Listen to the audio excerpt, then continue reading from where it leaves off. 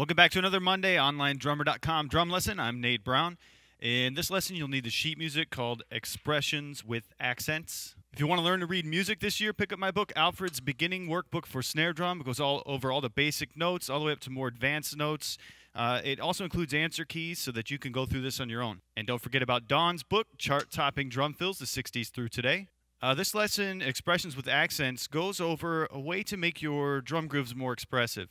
A lot of times we get caught up into playing every stroke with exactly the same volume. And that's kind of like if I were talking to you in monotone.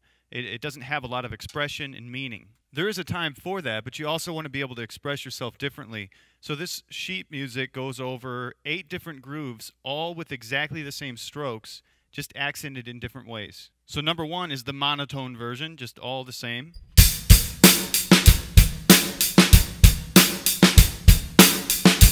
And every groove shares that same pattern. Number 2 adds an accent onto count 4. And sometimes I like to bring it out with a rim shot. So I'll play number 2.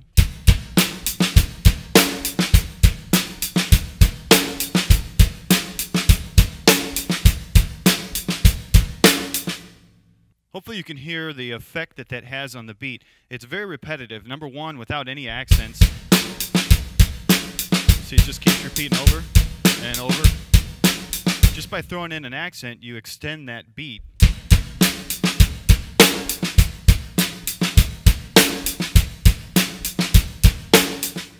Number 3 accents the 4 and the of 4.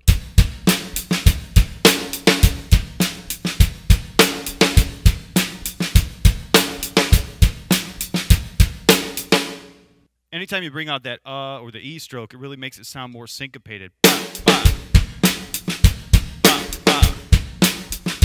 I even like taking out the first bass drum on count 1 because it makes it a little more syncopated. Oops, I put the accent. Let's put the bass.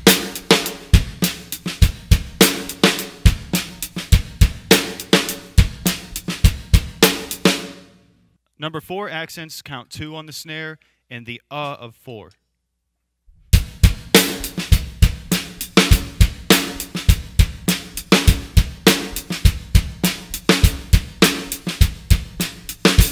When we get to number 5, there's an accent note called a marcato, and it's usually used in a different way, but in this case, we're going to use it to represent the hi-hat accent, because a lot of times we'll have a hi-hat and a snare in the same beat, and we want to distinguish between the two.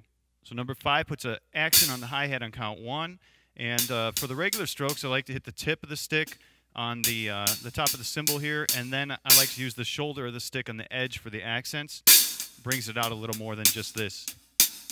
Boom. Accent. Number 5.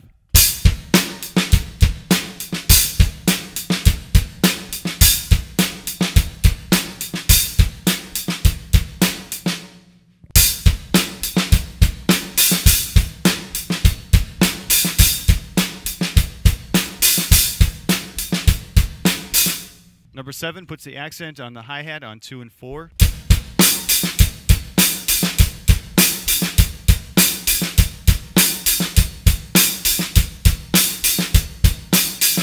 And number 8 on every other stroke.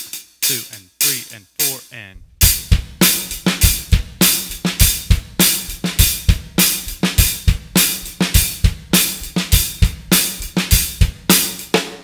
When you get better at this technique, you can actually mix the two together. So for example, I could do number 5's hi-hat pattern on the hi-hat and number 2, the snare accent on count 4. I'll do that.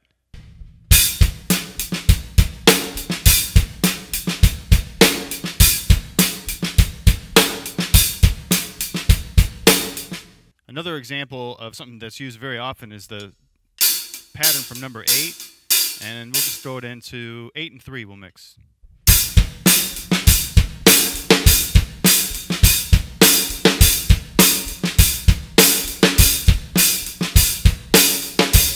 Hopefully this lesson got you thinking a little more about accents and dynamics and really creating more expressive grooves. To finish it off, I'll just play around a little bit with some different dynamics just to give you a few more ideas.